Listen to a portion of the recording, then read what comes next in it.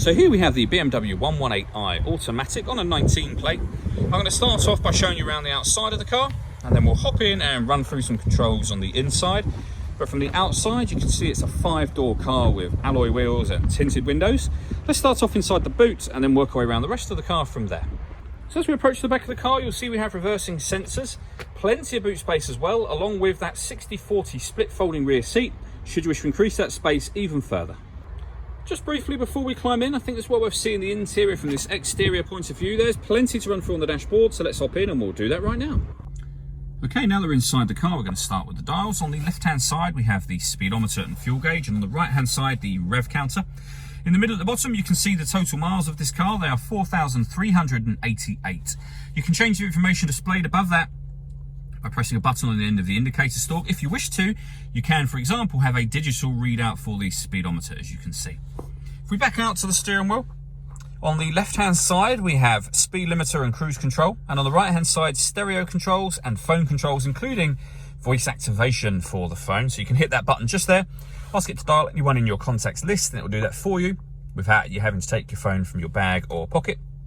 That is, of course, once you paired it up, and that is done over here on BMW's Business Nav under the communication heading that I've highlighted just there. All the movement that I make on that screen is all being done using this dial. This is what BMW call the iDrive.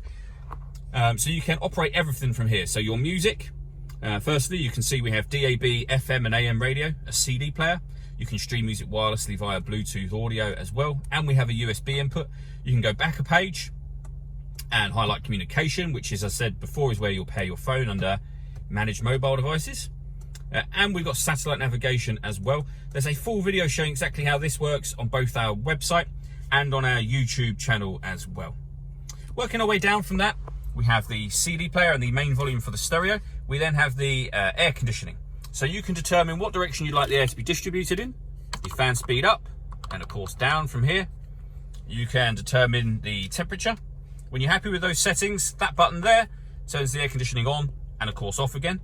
You can recirculate the air that's in the car. That's a great way of heating it up or cooling it down quickly, depending on the temperature you set on this dial.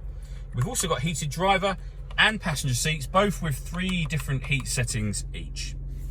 Underneath that, we have 2 cup holders and a 12-volt charging socket, the gear lever for the fully automatic gearbox, and then these buttons just here. So firstly, that one turns off the traction control for the car, and this changes the driving setup of the car. So if I press that button, we are in sport mode now. If I press it upwards again, we'll be in Sport Plus. Exactly the same as sport mode, but it gives you a more limited traction control called dynamic traction control. You can go back down to Sport, down to Comfort, which is your everyday driving, and then down to Eco Pro lastly. All that leaves me to say is thank you for taking the time to watch this video. If you'd like to come and see the car in person and have a test drive, please feel free to call any of our MJA sites. We'd love to hear from you soon.